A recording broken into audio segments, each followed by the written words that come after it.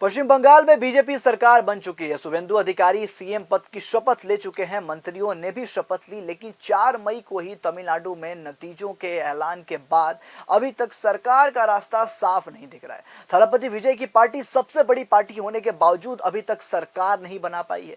इसकी वजह सिर्फ नंबर्स है। एक्सपर्ट के मुताबिक विजय ने पहली बार में गलती कर दी, जिसका खामियाजा अभी तक भुगतना पड़ रहा है। कौन सी वो गलती है, आपको बताते हैं। नमस्कार, मेरा नाम है ऋतिक पांडे और आप देख रहे हैं चौथा खंबा। थलपति विजय की एक छोटी सी गलती ने तमिलनाडु को मुश्किल में डाल दिया है। ये छोटी सी गलती शायद एक बचकानी सलाह की वजह से हुई है, जो अगर न होती तो राज्यपाल टीवीके के मुखिया विजय को ही सरकार बनाने के लिए न्योता देते।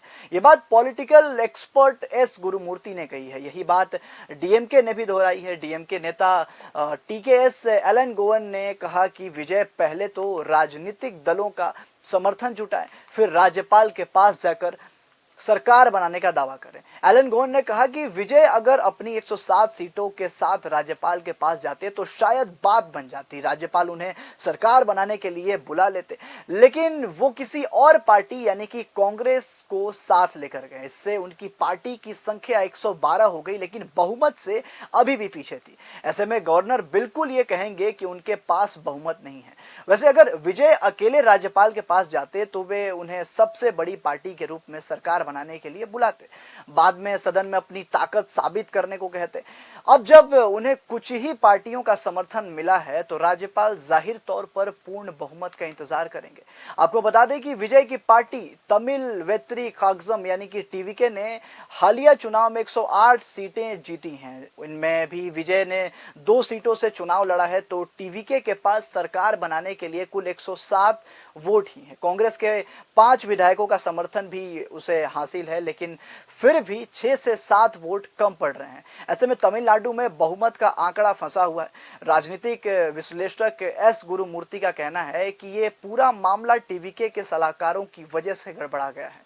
विजय को पहले तो ये दावा करने की सलाह दी गई कि वो ही सबसे बड़ी पार्टी है, उन्हें सरकार बनाने की इजाजत दी जानी चाहिए, लेकिन किसी का सुझाव रहा कि इसमें कांग्रेस का पत्र भी जोड़ लिया जाए। इससे ये एक गठबंधन की सरकार होगी। गुरुमूर्ति के मुताबिक यहीं से मामला तकनीकी रूप से एक पार्टी के सरकार बनाने से हटकर गठबंधन सरकार बनाने की ओर मुड़ गया। इससे राज्यपाल की स्थिति मुश्किल हो गई। उन्होंने आगे कहा कि जाहिर है कि राज्यपाल खुलकर ये नहीं कह सकते कि विधायकों की खरीद फरोख्त हो रही है। इससे चुनाव बाद का राजनीतिक गठजोड़ कहा जा रहा था। इसलिए उन्होंने विजय से और समर्थन पत्र मांगे ताकि ये साबित हो सके कि उनके पास 118 विधायकों का बहुमत है। उन्होंने कहा कि शायद यही राज्यपाल का रुख था। उन्होंने कहा कि मुझे नहीं लगता कि तकनीकी तौर पर राज्यपाल ने कुछ गलत किया, बल्कि गलती टीवीके की ही लगती है और ये सामने आती हुई दिख रही है।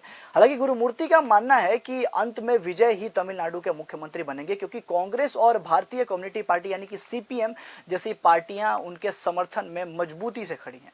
पूरा वीडियो देखने के लिए आपका शुक्रिया। अगर आपको ये वीडियो पसंद आया हो तो चैनल को सब्सक्राइब करें। मैं ऋतिक पांडे मिलता हूं एक और नए वीडियो के साथ। देखते रहिए चौथा खंबा।